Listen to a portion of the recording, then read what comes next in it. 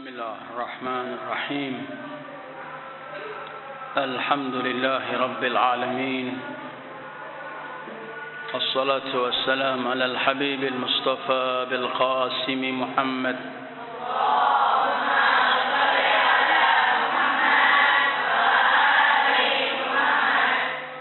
وآله الطيبين الطاهرين ولا حول ولا قوة إلا بالله العلي العظيم اللهم بحق محمد وآل محمد عليك صل على محمد وآل محمد وارزقنا ووالدينا وأزواجنا وأولادنا وذرياتنا من بعدنا حب محمد وآل محمد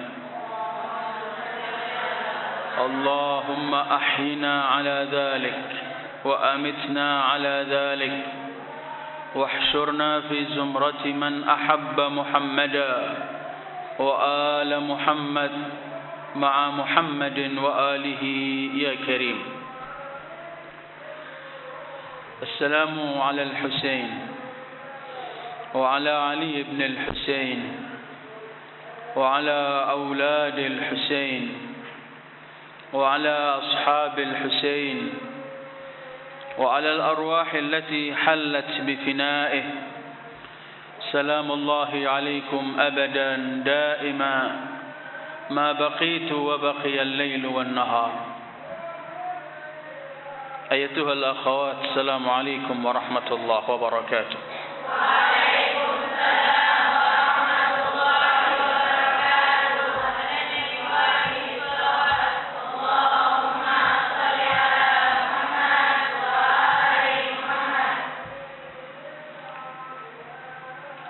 Malam ini malam yang paling bersejarah dari malam-malam Islam. Malam ini malam yang selalu dikenang oleh para a'immatul athhar dan sebelumnya oleh Sayyidil Wujud Muhammad sallallahu alaihi wa alihi. Malam ini malam 10 Muharram atau malam Ashura, di mana cucu Rasulullah sallallahu alaihi wa alihi dengan para keluarga beliau, putri-putri Rasul sallallahu alaihi wa alihi, dengan para sahabatnya yang sangat sedikit bilangannya, dikepung oleh puluhan ribu pasukan yang ingin membantai dan menghabiskan keluarga Rasul sallallahu alaihi wa alihi. Malam ini adalah malam yang Al-Imam Husain memerintahkan saudaranya Abul Fadl Abbas untuk memberitahu kepada mereka musuh-musuh Allah pasukan Umar bin Sa'ad, agar malam ini jangan kalian memulai memerangi kita, karena malam ini akan kita habiskan, kata beliau Imam Husain, kita akan habiskan dengan doa, salat dan membaca Al-Quran. Malam ini Al-Imam Husain menghabiskan waktunya untuk salat dan membaca Al-Quran, dan begitu pula Zainab, Sukainah, Fatimah Sughra, Rabab, Laila dan semua putri-putri Rasul sallallahu alaihi wa alihi. Besok adalah hari pembantaian. Besok adalah hari yang telah ditunggu oleh Al-Imam Husain. Besok adalah hari yang Al-Imam Husain telah diberitahu jauh oleh Rasul sallallahu alaihi wa alihi, oleh ayahnya Al-Imam Ali bin Abi Thalib, bahkan oleh Zahra, oleh saudaranya Al-Imam Al-Hasan. Imam Husain besok tahu apa yang akan terjadi. Dan malam ini juga Imam Husain, malam Ashura ini, terakhir kalinya Al-Imam Husain mengumpulkan seluruh sahabatnya guna untuk mengatakan kepada mereka semua, hai para sahabat-sahabatku. Dalam khutbah singkat beliau bersabda, aku tidak menemukan keluarga seperti kalian, tidak menemukan sahabat seperti kalian dalam setia dan semuanya. Kalian tahukah bahwa musuh-musuh Allah sekian banyak ini, mereka cuma mengharapkan aku. Kalau mereka telah mampu membunuh aku, mereka akan tinggalkan yang lain. Karena itu di malam yang gelap semacam ini, aku izinkan kalian semua untuk pulang ke rumah kalian masing-masing. Biarkan aku sendiri menghadapi mereka. Kalian jangan terlibat, dan telah kuizinkan. Ketika Imam Husain menyampaikan khutbah semacam ini, terdengar suara gemuruh. Para sahabat beliau, para keluarga beliau semua menangis histeris. Semua mempunyai ungkapan yang hampir sama. Titiknya, poinnya ialah, demi Allah wahai Abu Abdillah, kami tidak pernah akan meninggalkan engkau di tempat ini sendirian. Apakah alasan kami ketika bertemu Datukmu Muhammad sallallahu alaihi wa alihi kalau kami meninggalkan kamu di malam ini? Demi Allah kami akan mati bersamamu. Ada sahabatnya yang bangun teriak, kalau aku dibunuh, kemudian dicincang badanku, dihidupkan lagi, kemudian dibunuh beribu kali, tetap aku enggak mundur, tetap aku akan membela engkau, wahai putra Fatimah. Malam ini malam Asyura dan besok pembantaian. Ini yang sebagian para sahabat Imam di tengah malam nanti ada yang bergurau.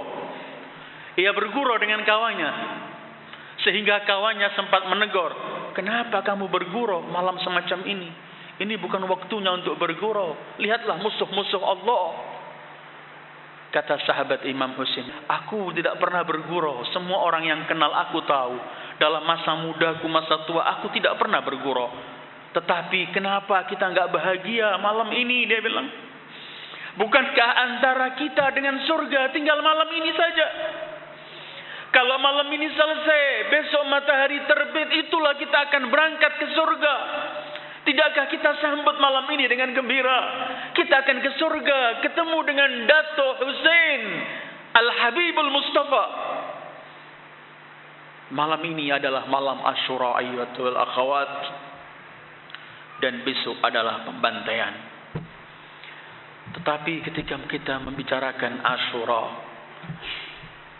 membicarakan pengorbanan Imam Husain dengan para keluarga dan sahabatnya, ketika kita membicarakan kekejaman musuh-musuh Allah saat itu, besok pagi ini Asyura ketika terjadi tahun 61, mereka tidak puas hanya membunuh keluarga Rasul.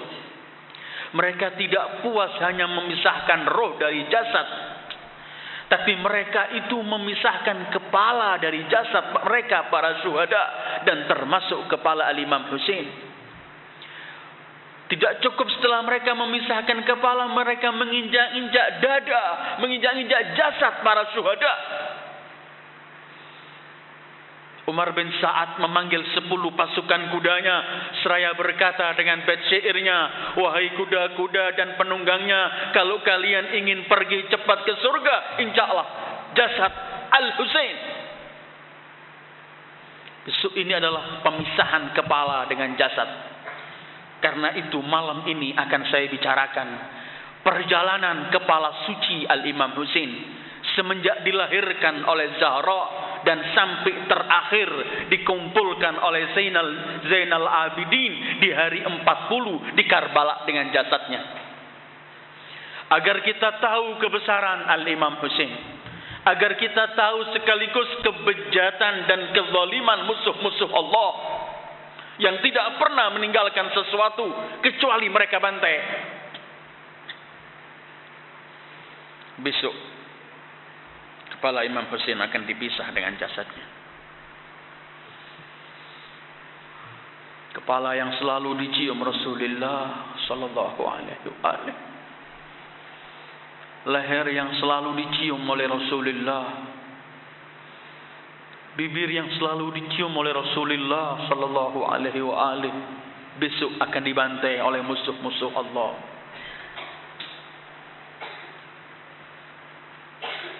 kepala ini pertama berada dalam pangkuan Zahra ketika beliau melahirkan Husain. Ketika Zahra menyambut kelahiran Imam Husain, setelah lahir spontan kepala itu dipangku dalam pangkuan Zahra. Beliau mencium berkali-kali kepala itu. Tidak lama datang Rasulullah sallallahu alaihi wasallam. Kepala itu pindah dalam pangkuan Rasulullah sallallahu alaihi wasallam. Kemudian di dada Rasulullah mengadzani telinga kanan dan iqamah pada telinga kiri, dan kepala itu nempel pada dada Rasulullah sallallahu alaihi wasallam. Kemudian diambil oleh Al-Imam Ali, dan kepala itu ada dalam pangkuan ayahnya Al-Imam Ali bin Abi Thalib sambil mencium Imam Ali putra yang baru lahir.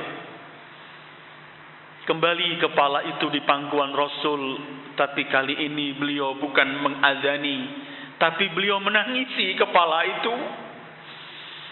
Ketika ditanya, kenapa engkau menangis sementara baru memperoleh cucu ya Muhammad? Beliau hanya berkata, Jibril datang memberi kabar kepadaku bahwa anakku ini kelak bakal dibantai oleh umatku, dan Rasul mencium lagi kepala Husain. Kepala itu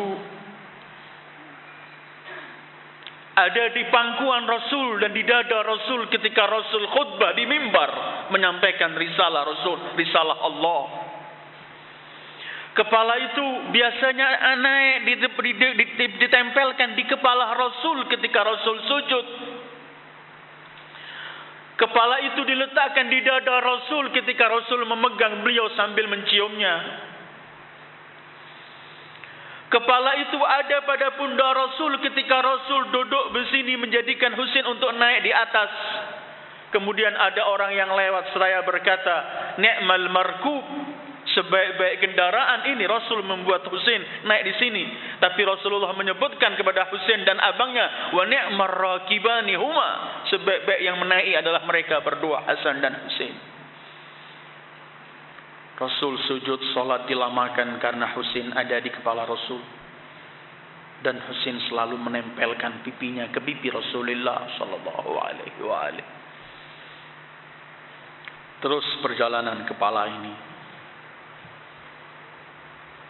sampai akhirnya kepala itu ada di dada Rasulullah ketika Rasulullah di akhir hayatnya, ketika Husain berada di dada Rasulullah, ketika Siti Fatimah ingin mengangkat kepala Imam Husain agar enggak memberatkan Rasulullah yang di akhir hayatnya, Rasul mengisyaratkan dengan tangannya, kemudian Rasul memeluknya, berkata kepada Zahra, jangan diangkat, jangan diangkat, li'atazawwada minhu wa yatazawwada minni, agar mengambil bekal dariku. Kemudian Rasul meletakkan kepala itu di dada beliau di akhir hayat beliau. Kemudian beliau menangis. Dalam tangisannya beliau berkata, mali wali Yazid la barakallah. Apa salahku dengan Yazid? Semoga Allah tidak pernah memberi barakah kepadanya. Kepala itu ada di dada Rasulullah sallallahu alaihi wasallam. Rasul pun wafat. Kepala itu berada di kaki Rasulullah sambil mencium Rasulullah, kaki Rasulullah. Kepala suci itu ketika wafat Rasul ada di kaki Rasulullah sallallahu alaihi wasallam. Kembali Zahra memeluknya dan meletakkan kepala itu dalam pelukan Zahra setelah wafat ayahnya Rasulullah. Kepala Imam Husain sekarang ada pada pelukan Zahra ibunya yang begitu sedih ketika wafat Rasul sallallahu alaihi wasallam. Perjalanan belum lama, setelah 70 hari, yang paling ramah sejarah mengatakan 90 hari, Siti Fatimah pun wafat dan kepala Imam Husain ada di kaki Zahra. Beliau sambil berteriak, Ummah, Ummah, ana habibuku Husain. Ibuku, aku kekasihmu Husain. Tapi Fatimah telah wafat dan Sayyidina Husain, Al-Imam Husain meletakkan kepala suci itu di kaki Zahra.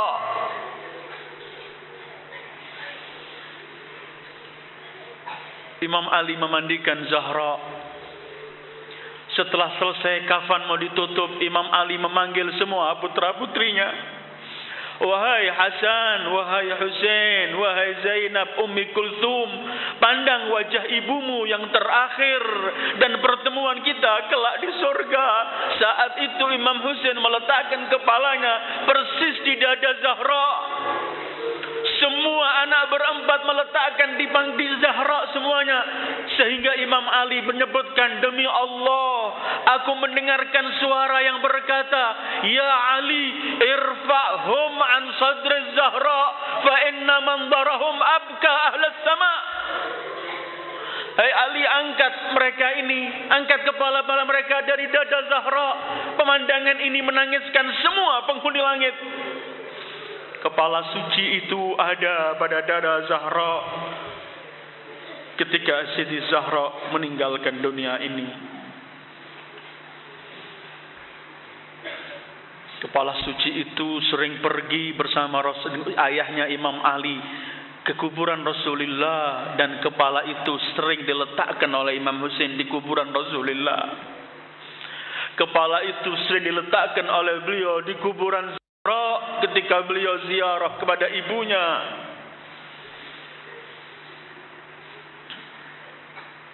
Perjalanan demi perjalanan kehidupan Imam Husain, sampai akhirnya 19 Ramadan ketika ayah beliau di mihrab ditikam oleh Ibnu Muljam dan darah begitu banyak keluar dari Al-Imam Ali bin Abi Thalib.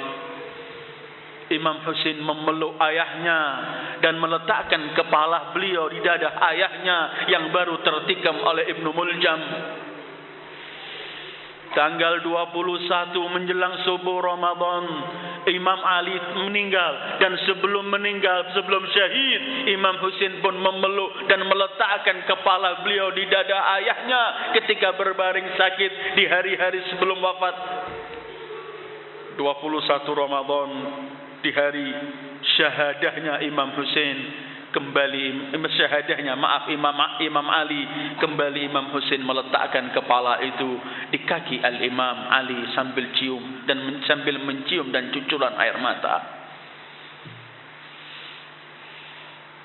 10 tahun berikutnya abang beliau wafat syahid, diracun oleh istrinya atas perintah Muawiyah.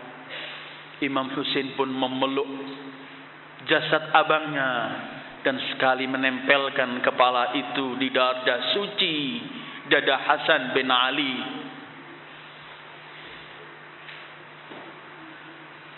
Wafatlah seluruh ashabul kisah, tinggal beliau sendiri. Wafatlah Rasul, wafatlah Zahra, wafatlah Ali bin Abi Thalib, wafatlah Hasan al-Mujtaba, tinggal beliau yang tersisa dari ashabul kisah.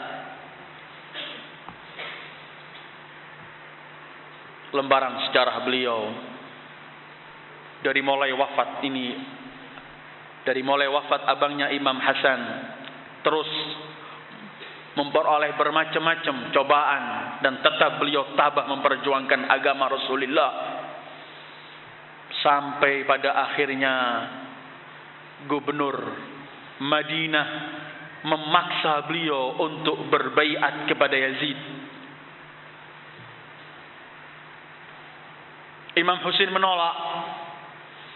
Ketika beliau ingin harus meninggalkan kota Madinah, beliau pergi ke kuburan Rasulullah. Beliau letakkan kepala itu di kuburan Rasulullah. Beliau cucurkan air mata di kuburan Rasulullah. Beliau berpamit kepada Rasulullah. Beliau meletakkan kepala suci ini persis di kuburan datuknya, seraya berkata, Ya Allah, ini adalah kuburan kekasihmu Muhammad dan aku adalah putra dari putri kekasihmu Muhammad. Ya Allah, telah menimpa padaku bermacam-macam masalah yang kamu lebih mengetahui. Ya Allah, aku mohon kepadamu demi kuburan yang mulia ini dan yang ada dalam kuburan ini, ya Dzal Jalali wal Ikram, berikanlah, pilihkan untukku sesuatu yang dalam sesuatu itu ada kerelahanmu dan kerelahan Rasulmu. Terus berdoa, bermunajat, sehingga beliau terkena sedikit ngantuk dan menempelkan kepala suci itu di kuburan Rasulullah dan tertidur di kuburan itu sebentar. Ketika tertidur di mana? Di kuburan Rasulullah, dan meletakkan kepala suci itu di kuburan itu, sesaat ketika beliau tidur sebentar, beliau terbangun. Ketika beliau terbangun, beliau menangis. Kemudian beliau menghadap kepada kuburan. Kemudian beliau senyum. Ternyata beliau jumpa dengan Rasulullah. Dalam ketidur yang sebentar tadi itu, dengan melempelkan kepala beliau di pusara Rasul, beliau mimpi berjumpa dengan Rasul. Kemudian Rasul menghulurkan tangannya seraya berkata, "Hei anakku Husain, cepat kemari. Aku telah rindu untuk ketemu denganmu. Ayahmu, ibumu, abangmu semua rindu." Itu terakhir kepala suci diletakkan di kuburan Rasulullah. Setelah ini Imam Husain pergi meninggalkan kota Madinah. Kota Madinah ketika ditinggalkan, semua merasa sedih. Semua menangisi Al-Imam Husain. Bahkan Ummu Hani, ameh beliau, adik dari ayah beliau, adik dari Al-Imam Ali bin Abi Thalib, yaitu Ummu Hani, ketika menghantarkan keberangkatan Al-Imam Husain, Ummu Hani berkata, wa laysa Ummu Hani wahdaha sa'ahaluha khuruj Husainin an madinati jaddihi walakinnama al-qabr syarifu wa man bihi wa mimbaruhu yabkuna min ajli faqdihi. Bukan cuma Ummu Hani yang sedih ketika Husain keluar dari kota datuknya, tetapi kuburan yang mulia ini dan yang ada dalam kuburan dan mimbar Rasul semua merintih dan menangis karena jauh dari Imam Husain. Ini perjalanan kepala suci beliau sebelum meninggalkan kota Madinah. Tetapi kepala ini semenjak awal dan sampai akhir tidak pernah lepas untuk sujud di hadapan Allah. Sekarang kita akan mengkaji sejarah kepala beliau ketika mulai di Karbala.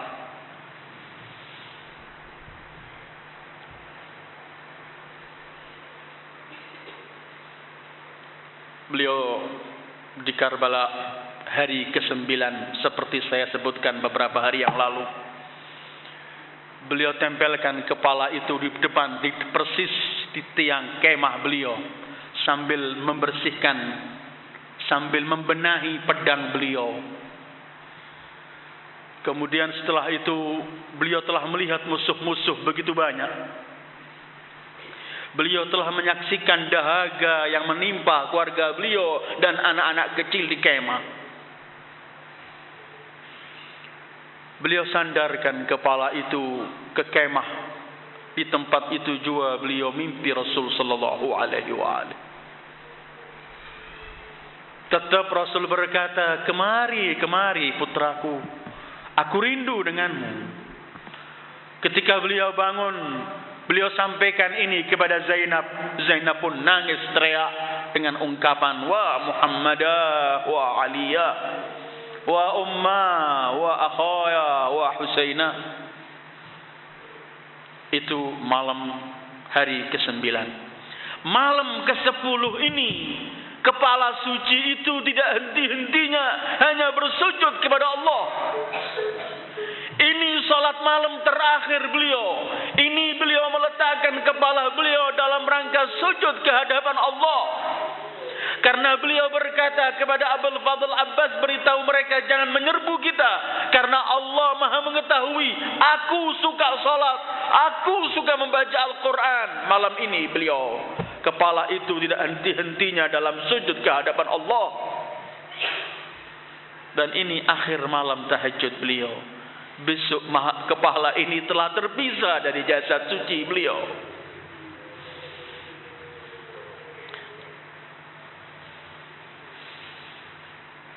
Para sahabatnya telah gugur. Sebelum peperangan dimulai, beliau sempat masih mengingatkan mereka, musuh-musuh Allah, agar mereka insaf dan kembali tidak memerangi beliau. Beliau khutbah mengenalkan diri beliau. Tahukah kalian siapa aku ini? Mereka semua berkata, kamu adalah cucu Muhammad. Kemudian beliau berkata, tahukah kalian siapa datukku? Bukankah datukku Muhammad? Mereka berkata iya. Bukankah ibuku Fatimah? Mereka berkata iya. Bukankah ayahku Ali? Terus mengenalkan. Terakhir beliau menuding kepada kepala beliau. Sambil beliau berkata, alaysat hadhihi imamatu Rasulillah ana labisuha? Bukankah ini serban datukku Rasulullah sedang kupakai sekarang? Allah, kepala yang biasa dicium Rasulullah, kepala yang memakai serban Rasulullah di akhir hayatnya. Musuh-musuh Allah pun berkata, kami tahu semua itu, tapi tetap kami akan memerangi kamu. Tampil sahabatnya satu demi satu, semua gugur.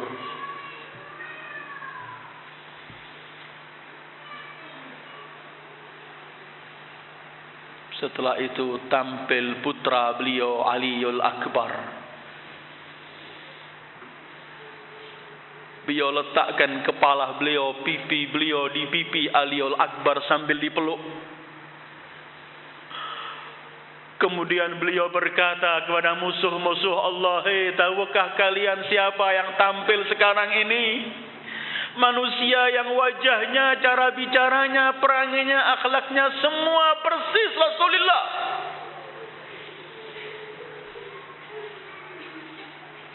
Aliul Akbar berangkat. Aliul Akbar perang. Aliul Akbar banyak membantai musuh-musuh Allah. Tidak lama kemudian Aliul Akbar mengucapkan salam pada ayahnya dari jauh. Salam bagimu wahai ayahku, sungguh aku telah memperoleh minuman dari datukku Rasulullah. Imam Husain ketika mendengar itu, beliau tahu bahwa putranya telah gugur. Beliau langsung pergi ke tempat itu. Ternyata Aliul Akbar telah terbunuh. Imam Husain mengangkat kepala itu dan meletakkan kepala beliau persis di kepala Aliul Akbar. Sambil Imam Husain berkata, ala dunya ba'daka al-afa ma ajra'ahum ala rahman wa ala intihaki hurmati Rasulillah. Tidak ada artinya dunia setelahmu wahai putraku. Alangkah beraninya mereka membusuhi dan membunuh keluarga Rasulullah. Imam Husain memeluk dan meletakkan kepala itu di kepala beliau. Lembaran sejarah Karbala.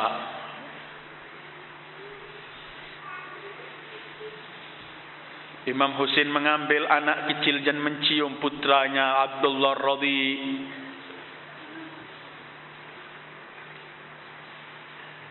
Toh Abdullah Radhi gugur dan beliau menangisi anak itu di pangkuannya. Semua sahabatnya gugur. Semua pembela keluarga beliau selesai habis. Beliau sendirian. Beliau pergi pamitan kepada keluarganya, kepada wanita-wanita yang di kemah dan anak-anak kecil, kepada Ali Zainal Abidin yang sedang sakit. Sejarah menulis setelah beliau pamit dengan mereka, beliau tampil. Tidak lama beliau kembali, sudah mulai berlumuran darah. banyak kena pukulan beliau. Beliau kembali ke kemah untuk berpisah sekali lagi yang terakhir dengan keluarganya.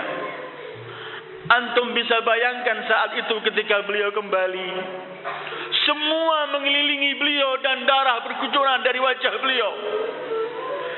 Kemudian Zainab sempat memeluk dan mencium kepala dan leher Abi Abdillah.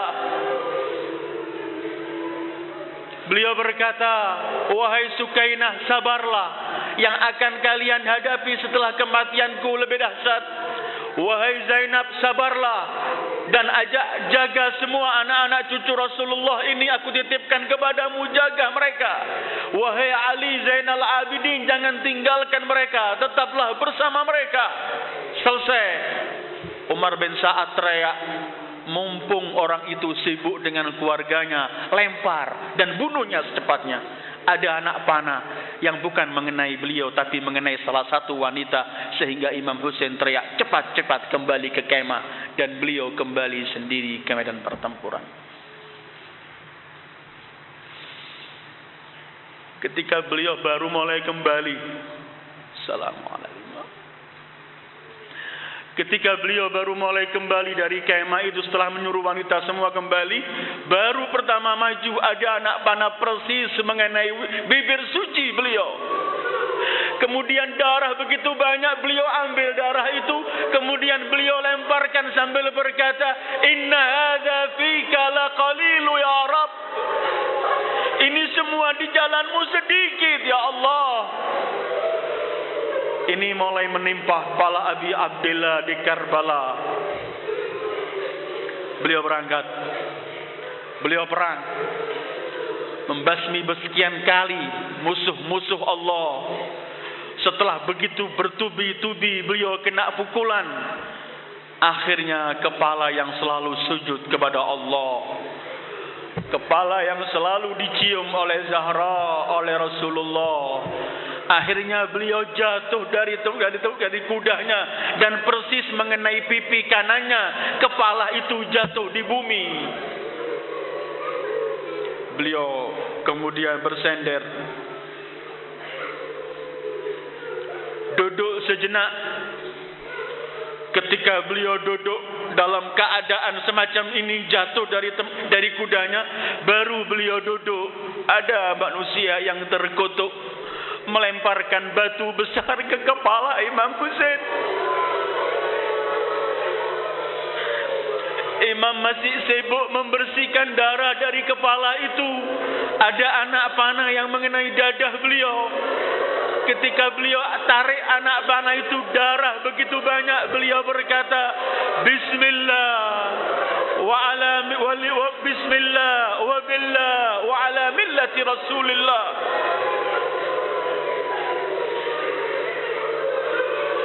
Darah itu mengalir dari kepala beliau. Kemudian beliau membersihkan darah itu. Beliau ambil dari dadanya semua darah, beliau letakkan di wajah beliau, beliau letakkan di janggut beliau. Kemudian beliau berkata, begini aku akan ketemu datukku Rasulullah.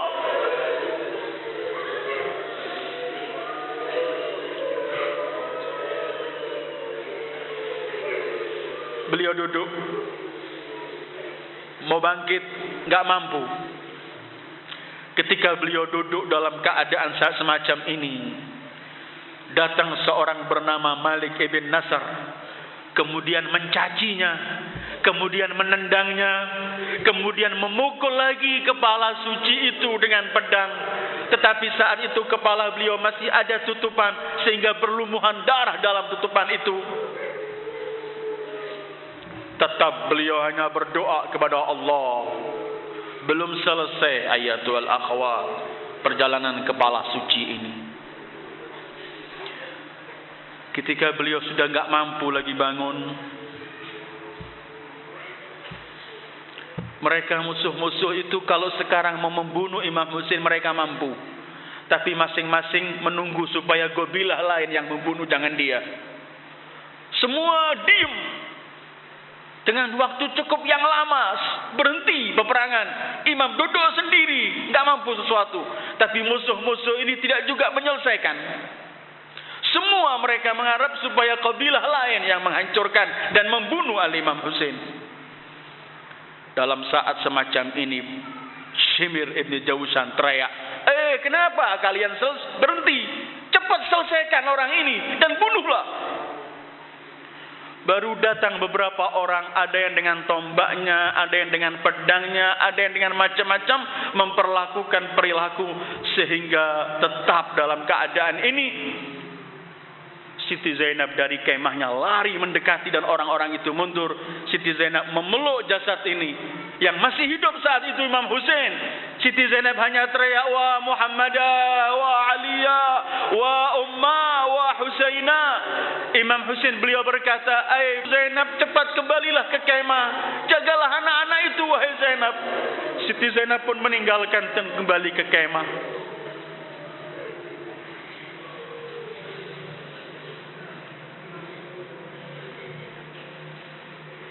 Dalam keadaan semacam ini, datanglah manusia yang paling terkutuk, Shimir ibn Diljausan laknatullahi alaih. Dengan biadab ia mendatangi, kemudian duduk di dada Imam Husain. Kemudian ia berkata dengan ungkapan-ungkapan yang keji. Imam Husain senyum saat itu sambil berkata, tahukah engkau kamu sedang duduk di dada siapa? Kata si mal'un ini, ia berkata, aku tahu kamu adalah putra Fatimah, ibumu Fatimah, ayahmu Ali, datukmu Muhammad. Aku tahu datukmu punya syafaat, ayahmu punya syafaat, ibumu punya syafaat. Tapi aku tidak mengharapkan syafaat semua keluargamu. Aku cuma mengharapkan imbalan Ibnu Ziyad untuk memberikan sesuatu kalau aku membawa kepalamu. Ya ayyatuhan nafsul mutmainnah, irji'i ila rabbiki radiyatan mardiyah. Disinilah wafat Al-Imam Husain karena orang itu adalah memisahkan jasad imam dengan kepalanya. Di sini dengan biadab Shimir ibn Diljausan memisahkan kepala itu, dan setiap diperlakukan sesuatu dengan kepala Imam Husain, Imam Husain cuma teriak, wa Muhammadah, wa Ummah, wa Aliyah. Dan terakhir syahidlah, gugurlah beliau, Abi Abdillah. Sampai di sini dipisah jasad dengan kepala mulia ini. Tapi tetap kita ingin lihat bagaimana kejamnya musuh-musuh Allah. Mereka tidak puas cukup hanya memisahkan kepala. Kepala itu kemudian oleh Umar bin Sa'ad diambil, diberikan kepada Khawlah bin Yazid al-Asbahi, kepada Humaid bin Muslim al-Azdi, dan juga kepala-kepala yang lainnya. Dikawal dengan Shimir, Qais ibn al-As'as, Amr ibn al-Hajjaj. Kemudian kepala itu diletakkan di atas tombak dari Kufah, dari Karbala, untuk dibawa ke Kufah, ke istana Ibnu Ziyad.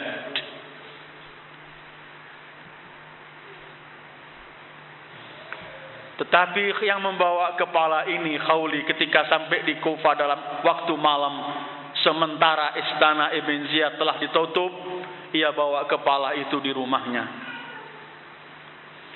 Dia mempunyai 2 istri. Salah satu istrinya adalah orang yang mualiyah li ahlil bait, cinta dengan ahlul bait. Khawli takut agar istrinya enggak tahu apa yang sedang ia bawa. Ia langsung letak di dapur paling belakang, ditutup kepala itu. Di malam hari istrinya melihat rumahnya ada cahaya yang begitu terang benderang yang belum pernah ia saksikan. Ia bangunkan suaminya, apa yang ada ini? Enggak tahu. Kamu bawa apa? Aku akan bawa untukmu hadiah besar sebentar lagi. Apa yang kamu bawa? Aku membawa kepala Husain bin Ali. Kata istrinya, celaka dan terkutuk kamu. Beraninya kamu membawa kepala putra Zahra ke rumah ini. Apa yang akan kamu ungkapkan kelak pada datuknya di hari kiamat? Dia spontan pergi ke tempat kepala itu dan diambil kepala itu. Ternyata kepala itu mengeluarkan sinar yang begitu nampak cahaya.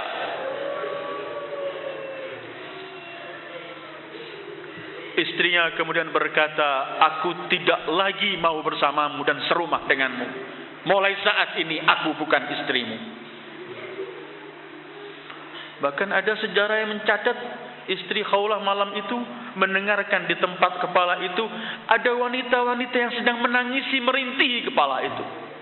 Tanpa menyaksikan ada orangnya, tapi suara beliau mendengarkan suara itu. Dan tidak heran kalau itu Zahra salamullah.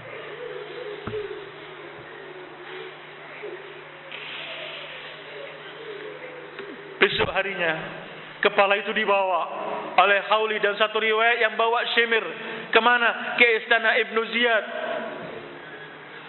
Ketika ia membawa kepala itu, salamullah alaihi, Ibnu Ziyad sedang duduk dengan orang-orangnya. Khawli atau Shimir yang membawa itu, ia berkata begini, imla rikabi fiddatan aw dhahaba, innani qataltu sayyidal muhajjaba, wa khairuhum man yadhkuruna an-nasaba, qataltu khairan nasi umman wa aba. Hei Ibnu Ziyad, penuhi tanganku, penuhi tempatku ini dengan emas atau perak sebagai hadiah, karena aku membawa kepala manusia yang paling mulia nasabnya, manusia yang termulia ayah dan ibunya. Ibnu Ziyad mendengarkan ada orang memuji Imam Husain, ayah dan ibunya mulia, di depan orang-orangnya spontan ia marah. Dia berkata, kalau kamu tahu yang kamu bunuh dan kepala yang kamu bawa ini manusia yang terbaik, ibu dan ayahnya, kenapa kamu bunuh? Enyah kamu, tidak bakal aku beri hadiah untukmu. Ini mulai sekarang ayatul akhawat, dan ini pelajaran Karbala. Orang-orang yang berani melakukan perilaku keji itu, mereka mengharapkan dunia sesaat, mereka mengharapkan imbalan. Tapi sejarah Karbala memberikan pada kita, orang-orang itu ternyata enggak mendapatkan sesuatu di dunia, tidak mendapatkan apa lagi di akhirat. Umar bin Sa'ad yang memerangi Imam Husain karena ingin memperoleh kota Rai, ingin dijadikan gubernur di kota Rai. Kata Imam Husain di malam Asyura terakhir ketika beliau memanggil Umar bin Sa'ad, qad zabahakallah ala firasik, semoga Allah membunuh kamu di tempat tidurmu, dan jangan kamu berharap kamu pernah memperoleh sesuatu dari musuh-musuh Allah. Gak mendapatkan sesuatu. Ini yang disebutkan khasirad dunya wal akhirah, dzalika huwal khusranul mubin. Bahkan dalam satu riwayat bukan cuma marah, Ibnu Ziyad berkata, bunuh yang bawa kepala ini. Bawa kepala minta opah dari kita, tapi memuji. Kepala suci itu sekarang ada di Kufah, istana Ibnu Ziyad. Oleh Ibnu Ziyad diletakkan satu tempat dan mulai dipermainkan dengan tongkatnya.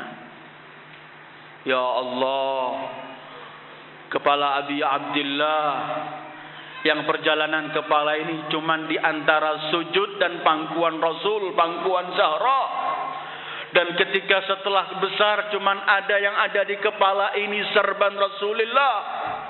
Kepala itu diletakkan oleh Ibnu Ziyad dan dipermainkan dengan tongkatnya, persis di bibirnya dipermainkan.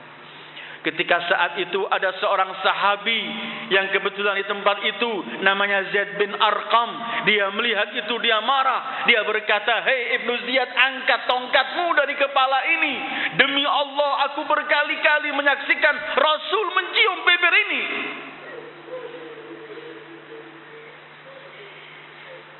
Kata Ibnu Ziyad, coba kamu bukan orang tua yang sudah pikun, aku penggal kepalamu.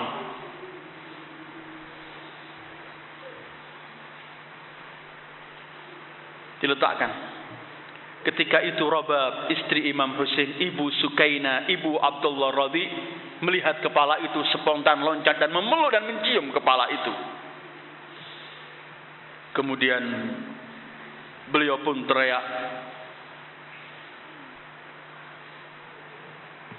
"Wa Husaina, wa Husaina." Imam Husain adalah gandengan Al-Quran karena beliau Ahlul Bait. Al-Imam Husain dididik dalam keluarga yang semuanya adalah orang Al-Quran semuanya. Karena itu malam Asyura, Imam Husain malamnya dalam salat dan membaca Al-Quran. Dengarkan apa yang terjadi pada kepala suci ini. Kepala ini walau sudah dipisah dengan jasadnya, masih terus membaca Al-Quran. Kalau Musa mendapatkan khitab dari Allah di Tur Sina, kemudian di dekat pohon itu, maka pohon itu bisa mengungkapkan sesuatu. Kalau batu-batu kecil bisa bertasbih di tangan Rasulullah, maka cucu Rasulullah dari Ahlul Bait, Idlul Quran, setelah wafat pun dengarkan sejarah ini. Dan ini terjadi berkali-kali. Pertama, Zaid bin Arqam meriwayatkan, ketika di Kufah saat itu aku di rumahku, ketika di luar rumah ini ramai orang membawa tawanan-tawanan yang dikatakan orang-orang yang keluar dari pemerintahan Yazid. Ketika aku buka, aku melihat kepala-kepala. Ada kepala yang begitu bersinar. Aku mendengarkan dari kepala itu membaca ayat Al-Quran dengan firman Allah. Am hasibta anna ashabal kahfi warraqimi kanu min ayatina ajaba. Apakah kamu anggap cerita ashabul kahfi itu mengherankan? Kepala yang tanpa berjasad membaca ayat ini. Spontan Zaid ibnu Arqam teriak, "Barra'suka ya ibna Rasulillah, ra'suka ajab wa ajab." Bukan ashabul kahfi yang mengherankan, tapi kepalamu wahai putra Rasul lebih mengherankan. Kedua kalinya kapan? Kedua kalinya, ya Allah, mereka ini kan ingin menghina keluarga Rasulullah. Mereka letakkan kepala di Kufah itu di tempat yang paling ramai, seperti pasar gitu, supaya orang melihat semuanya kepala suci dengan 18 kepala keluarganya dan kepala orang-orang lain semua ditampilkan.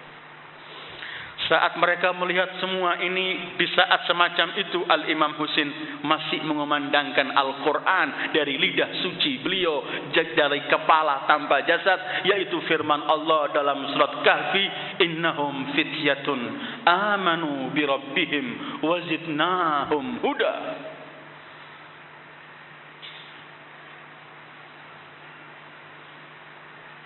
Dalam perjalanannya juga kepala itu dalam gadas tombak diletakkan di samping pohon, dan di tempat itu kepala itu masih membaca firman Allah, "Wa saya'lamul ladzina zalamu ayyamunqalabin yanqalibun."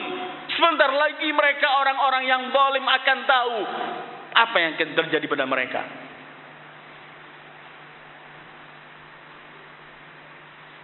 Di Kufah selesai.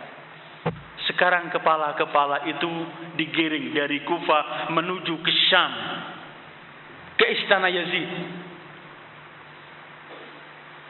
Ini keluarga-keluarga Rasulullah yang lainnya ikut di belakangnya, kendaraan wanita-wanita ini.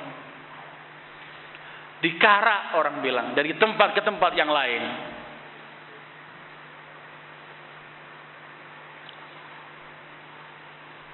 Dari satu tempat ke tempat yang lain, terus dibawa kepala ini.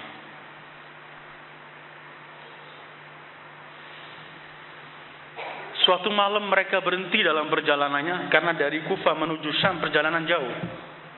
Berhari-hari mereka menempuh perjalanan itu. Suatu hari, satu malam dalam perjalanan mereka berhenti. Mereka lagi istirahat, minum minuman arak dan mabuk pengawal-pengawal ini.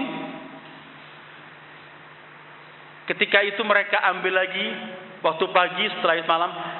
Ketika mereka mau berangkat, mereka melihat di dinding itu ada tertulis satu tulisan dengan darah yang segar di belakang kepala Abi Abdillah. Tertulis di dinding itu ialah kalimat atarju ummatun qatalat Husaina syafa'ata jaddihi yaumal hisabi. Apakah ada umat yang membunuh, apakah manusia yang membunuh Husain ini masih mengharapkan syafaat datuknya kelak di akhirat? Mereka melihat ini dengan penuh takjub dan heran, tetapi mereka telah mati hati mereka karena itu enggak peduli dengan hal semacam itu. Perjalanan belum selesai kepala ini. Dalam salah satu perjalanan mereka letakkan kepala itu di sakhra, batu besar. Ketika diletakkan di sakhra, ketika mereka meletakkan kepala ini, menetes darah Abi Abdillah dari kepala itu. Dan sampai hari ini sakhra itu masih ada. Kalau di bulan Asyura ini mereka datang ke sakhra itu dan masih menampak lihat darah segar Abi Abdillah. Dan sekarang mereka tempat dibangun kubah besar namanya Nuqtah.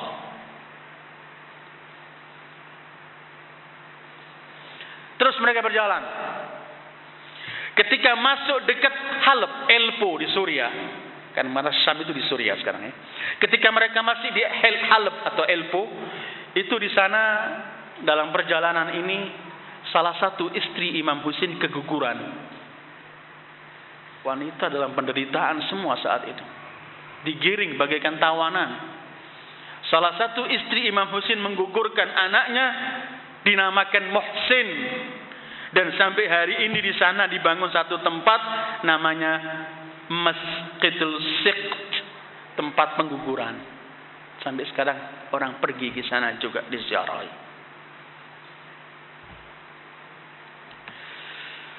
Mereka masuk ke tempat lain, jadi melewati bermacam-macam kota.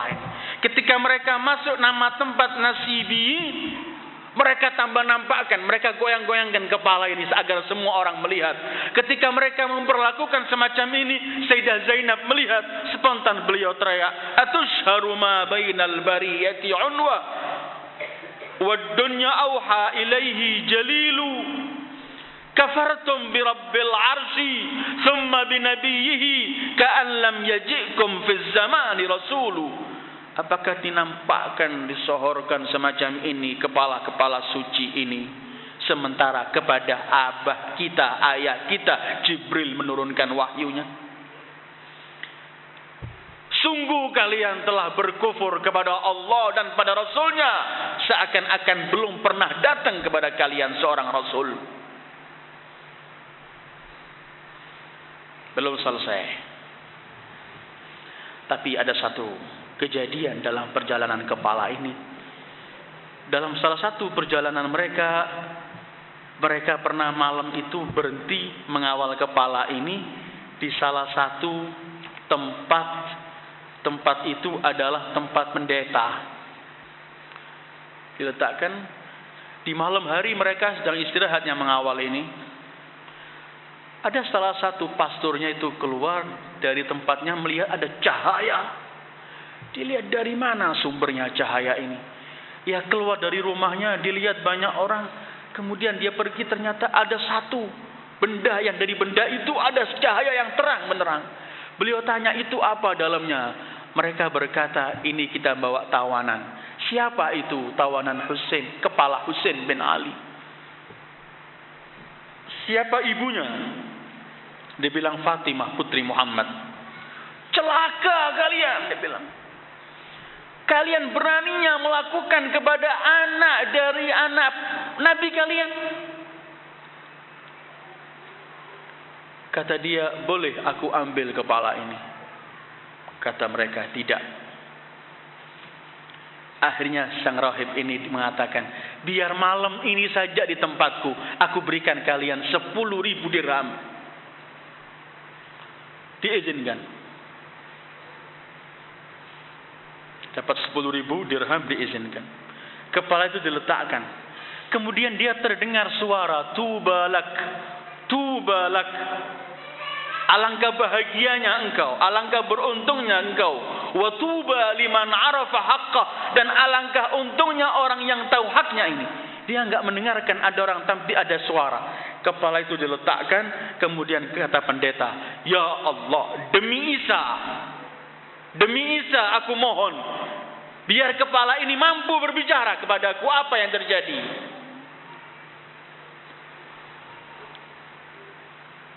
Spontan kepala itu berkata, "Ya rahib, ayyu syai'in turid?" Kamu mau apa? Kalau mukjizat semacam ini kecil ayyuhal ikhwah untuk ahlul bait, dan sangat kecil sekali. Kata sang pastor, "Man anta?" Siapa engkau? Dengarkan jawaban Imam Hussein.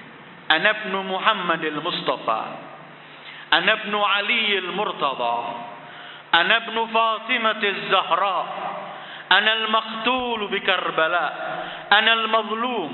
Ana al-'atshan."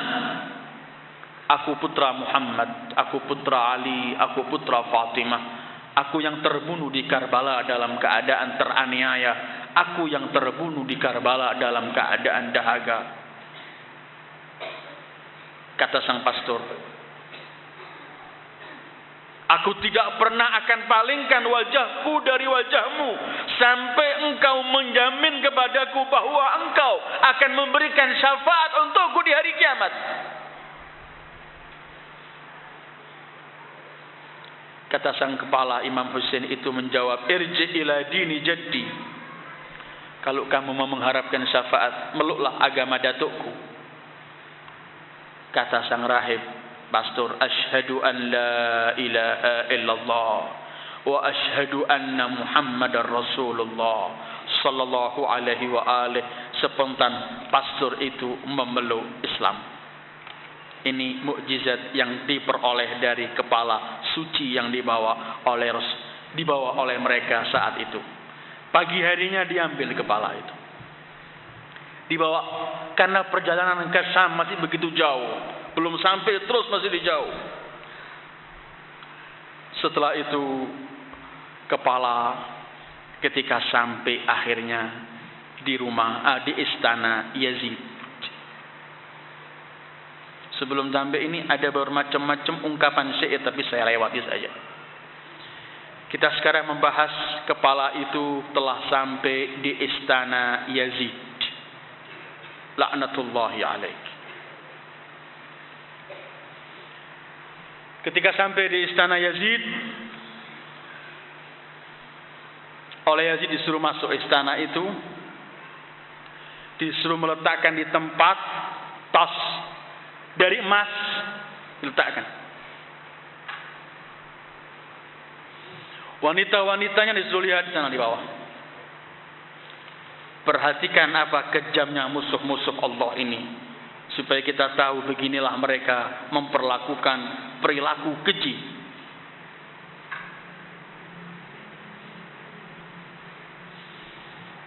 Yazid laknatullahi alaih juga mempermainkan kepala suci itu sambil mengucapkan beberapa bait-bait syair yang sangat-sangat keji yang ia lakukan terhadap kepala suci ini.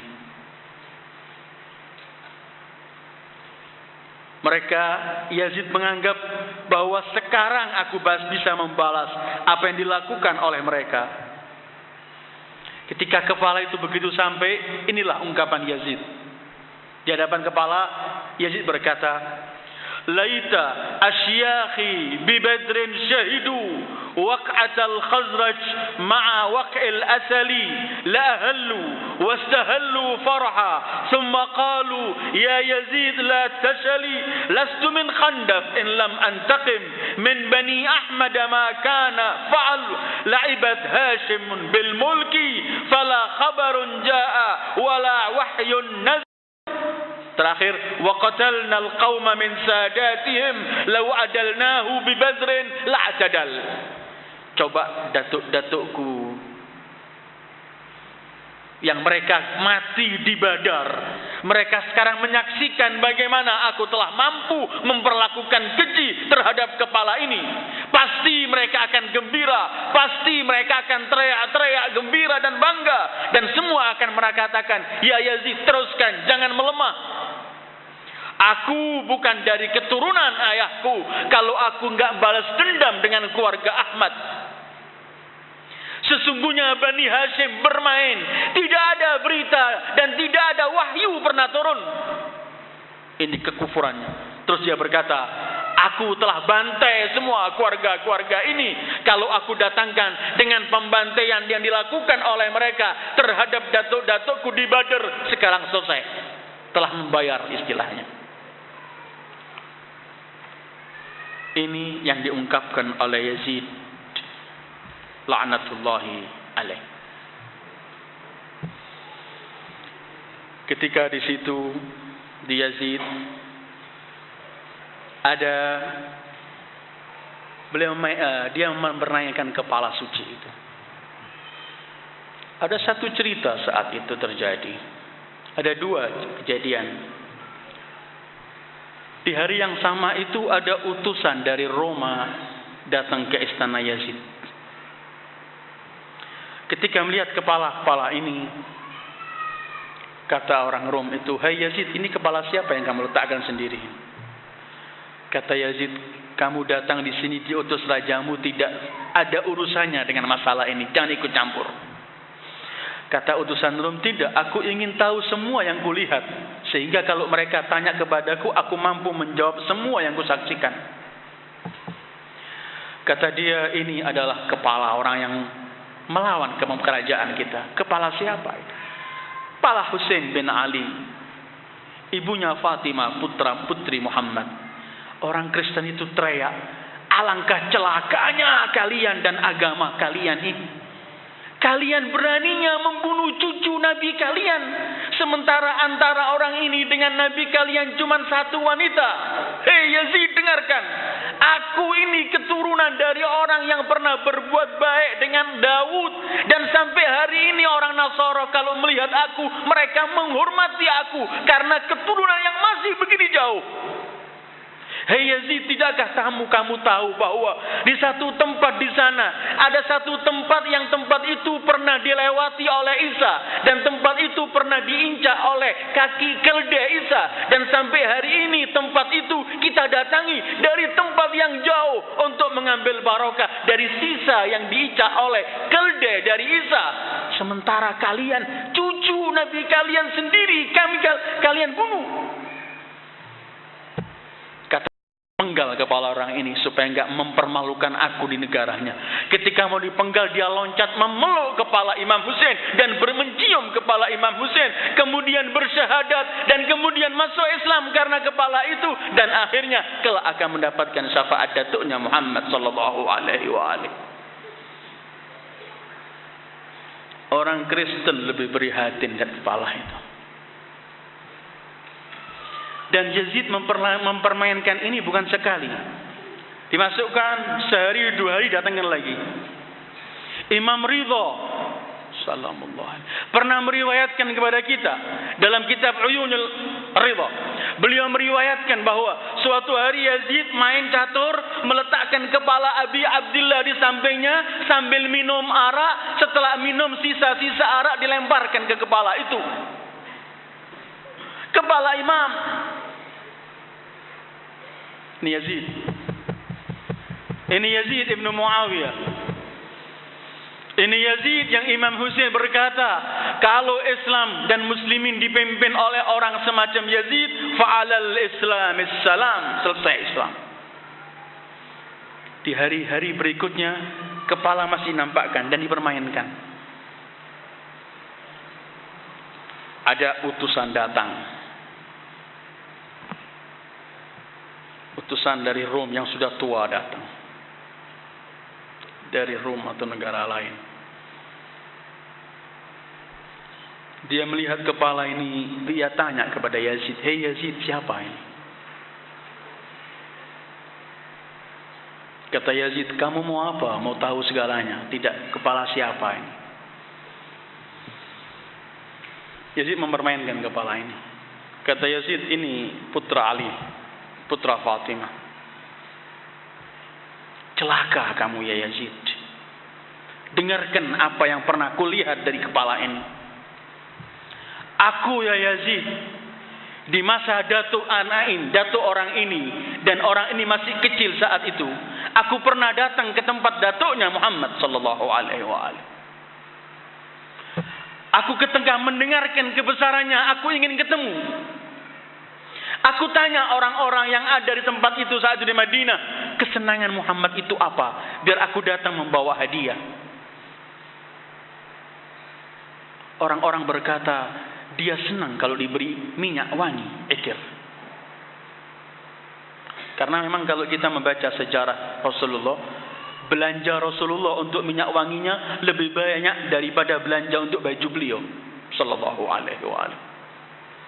Ayatul akhwat, ini saya agak lamakan enggak Pak ya, malam Asyura kita sebentar. Aku beli minyak, kata orang ini. Aku kemudian datang, aku menghadap. Rasul menyambut kedatanganku. Datuk anak ini. Kemudian ia berkata, apa yang kamu bawa ini? Kataku, ini adalah hadiah yang paling rendah dan hina dari seorang yang hina untukmu, wahai Muhammad. Kata Rasulullah, siapa namamu? Tanya orang ini. Aku katakan, aku Abdul Syams. Kata Rasulullah, masuklah ke agamaku dan aku ganti namamu, baru aku terima hadiahmu. Aku berpikir, aku telah banyak membaca dan mengenal kebesarannya. Aku berkata, asyhadu an la ilaha illallah wa annaka ya Muhammad Rasulullah. Kemudian Rasul datuk ini mengganti namaku Abdul Wahab. Dan semenjak itu aku Islam, tapi aku sembunyikan Islamku sampai di negaraku. Sekarang aku punya 4 lelaki dan 4 wanita anakku, tapi tetap orang di negeriku tidak tahu kalau aku telah memeluk agama ini. Di hari kedua, dengarkan wahai Yazid, sambil menangis dia. Di hari kedua setelah hari pertama aku masuk Islam, hari kedua aku datang. Aku melihat kedua adang abangnya masih kecil, Hasan dan Husain, datang ke Rasulullah. Keduanya kemudian berkata, wahai ayah kita Rasulullah. Jadi Imam Hasan, Imam Husain kalau manggil Rasulullah abah. Wahai ayah kita Rasulullah, kami ingin menulis, aku dan abangku Hasan, nanti kamu lihat siapa yang paling baik tulisannya. Kata Rasulullah, lakukan. Mereka berdua menulis, kemudian datang ke Rasulullah. Rasulullah tidak mau menyakiti salah satu anaknya. Kalau dikatakan yang baik Hasan, takut menyakiti Husain. Kalau dikatakan yang baik Husain, takut menyakitkan hati si Hasan. Beliau berkata, anakku, datukmu seorang nabi yang enggak membaca, bawa ke ayahmu. Mereka berdua pergi ke Imam Ali. Dan kemudian Rasulullah bangun bersama Salman meninggalkan tempat itu. Kata dia, Abdul Wahab ini. Tidak lama kembali Salman. Aku tanya, wahai Salman, dan dia kawan dengan Salman, apa yang terjadi tadi itu? Kata Salman, ketika tulisan keduanya diberikan kepada Ali, Imam Ali berkata, aku tahu Rasulullah enggak mau menyakiti salah satu anak ini. Aku pun enggak mau menyakiti salah satu anak ini. Untuk kukatakan yang baik Hasan atau Husain. Kata Ali, pergilah ke ibu kalian. Nanti ibu kalian bisa tahu siapa yang baik di antara kalian tulisannya. Mereka pergi berdua kepada ibunya. Ketika sampai pada Zahra, dan Zahra juga tahu bahwa abahnya menolak, suaminya menolak. Kata Zahra, begini wahai kedua anakku. Aku punya kalung ini ada 7 matanya. Aku akan buang, aku lemparkan. Siapa yang ngambil lebih banyak, itulah yang bagus sudah. Kalian sama-sama juga bagus. Di rumah Rasulullah, di rumah Zahra, dan Rasulullah ada. Zahra mengeluarkan, dilempar 7 mata itu. Mereka berebut mengambil. Hasan mendapatkan 3, Husain mendapatkan 3. Ketika yang ingin mengambil satu ini, Rabbul Izzah memerintahkan Jibril. Jibril cepat turun dan belah 2 permata itu supaya tidak ada yang tersentuh dan sakit hati mereka berdua. Mereka berebut terbelah 2. Hasan mendapatkan separuhnya, Husain separuhnya. Ya Yazid, kata dia, kalau Allah tidak ingin anak ini sakit hatinya, teganya kamu perlakukan semacam ini. Kemudian dia peluk jasad itu, kepala itu, mengeluarkan ikrarnya, syahadat demi syahadat, dan mohon syafaat, dan ia akhirnya mati dibunuh oleh Yazid dan dalam keadaan memperoleh syafaat dari Rasulullah sallallahu alaihi wa alihi. Ayatul akhawat, kepala ini belum selesai berjalan. Pada akhirnya kepala itu dikembalikan kepada keluarga Rasul. Karena Yazid di hari ketika Imam Husain di situ kepalanya dan keluarga Imam Husain, Yazid dalam keadaan ketakutan kehidupannya. Sering teriak-teriak di malam hari. Sampai akhirnya ia berkata kepada Ali Zainal Abidin, apa yang kamu inginkan? Kata Imam Ali, kembalikan kepala-kepala itu dan kembalikan kami ke Madinah. Tapi lewatkan ke Karbala, kami akan melihat kuburan ayah kita dan keluarga kita. Mereka hanya bawa kembali ke Madinah. Mereka melewati Karbala sebelum ke Madinah. Ketika mereka sampai di Karbala, persis Arba'in. Dan ketika Arba'in itulah dikembalikan kepala suci ini kepada jasadnya dan dimakamkan di tempat yang sama yang sekarang ada di makam Karbala itu. Walaupun kalau kita ke Mesir, ada di depan Azhar itu kuburan kepala Imam Husain. Orang mengatakan begitu. Karena dikatakan kerajaan Fatimiyin pernah mengambil kepala itu. Ada yang menyebutkan di Suriah, ada di Damas di Syam. Sampai sekarang ini ada tempat di Syam sana, dekat di antara gereja dan masjid dan kuburan Nabi Yahya. Di situ ada tempat kepala Imam Husain yang bukan kuburannya, tapi orang berziarah. Karena dalam perjalanan ke Kufah menuju ke Syam, pernah kepala itu diistirahatkan di tempat itu, dan semua orang mengambil barokah ke tempat itu. Tapi yang paling terkenal adalah kepala itu kembali lagi ke jasad sucinya, yaitu dikembalikan oleh Imam Ali Zainal Abidin persis hari 40, dan disitulah kepala itu dikembalikan. Inilah perjalanan kepala Imam Husain, perjalanan kepala suci yang semuanya ini menampakkan kebesaran yang ada pada kepala itu. Mereka ingin memisahkan jasadnya, mereka ingin membunuh, mereka ingin agar manusia lupa, mereka melakukan segala macam perilaku, tapi tetap wa yutimmullah nurihi walau karihal musyrikun. Tetap Allah tampilkan cahayanya. Sekarang kalau kita melihat tempat-tempat yang mereka dulu Bani Umayyah ingin menjauhkan umat dari Ahlul Bait, sekarang dan seterusnya, di mana tempat yang pernah diinjak oleh mereka enggak dikenang hari ini? Kalau orang pergi ke Suriah melihat kuburan Muawiyah di tempat yang paling kotor, di situ penuh ada bermacam-macam kotoran di situ. Kemudian orang menoleh di Najaf, kuburan Al-Imam Ali, datang seorang Muhammad Al-Majdzub, rektor Madinah, universitas di Madinah. Dia pernah mengucapkan bait-bait syair berkata, Aba Yazid ainal qusur.